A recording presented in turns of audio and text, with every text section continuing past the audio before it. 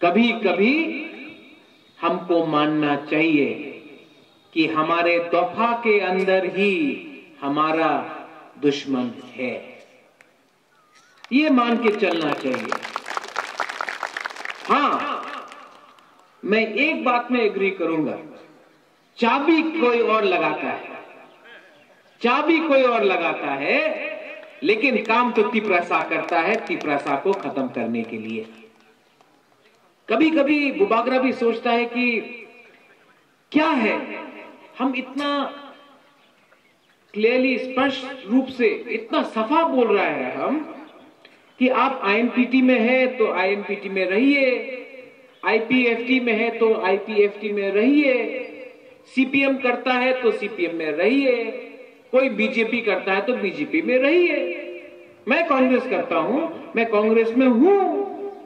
लेकिन जब जब अपना दफा, अपना समाज, अपना जाति खतरे में होगा, जैसे कि सिटीजनशिप अमेंडमेंट बिल, तो एक दिन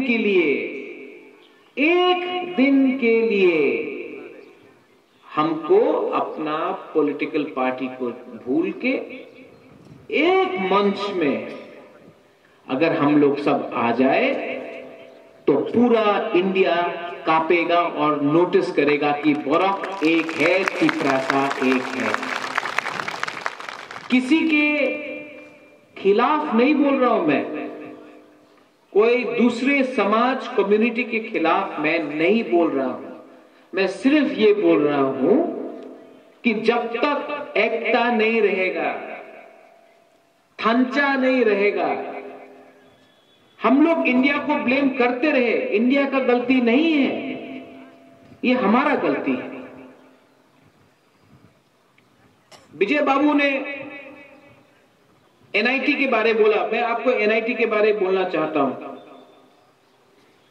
कोई भी सेंट्रल गवर्नमेंट इंस्टीट्यूशन, कॉलेज हो, अस्पताल हो, यूनिवर्सिटी हो, स्कूल हो, अगर एडीसी एरिया में या अभी टेरिटोरियल एरिया में 6 शेड्यूल एरिया में अगर उन्होंने शुरू किया तो उनको 31.5% रिजर्वेशन तिपरासा लोगों को देना होगा।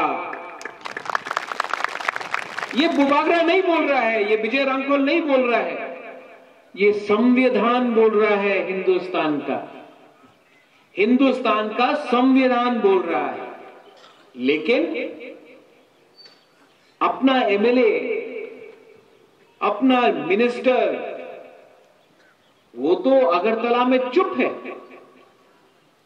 आप लोग समझ लो, प्रॉब्लम दिल्ली से नहीं है, प्रॉब्लम बॉम्बे से, बेंगलोर से, हैदराबाद से नहीं है, प्रॉब्लम इंडिया से नहीं है, प्रॉब्लम अपना दफा के अंदर है कि हमारा एमएलए लोग, हमारा मिनिस्टर लोग अपने समाज को भूल जाता है। बहुत लोग बोलता है कि बुबागरा अब कांग्रेस का प्रेसिडेंट है तो तिपरासा के लिए नहीं बोलेगा। क्यों नहीं बोलेगा?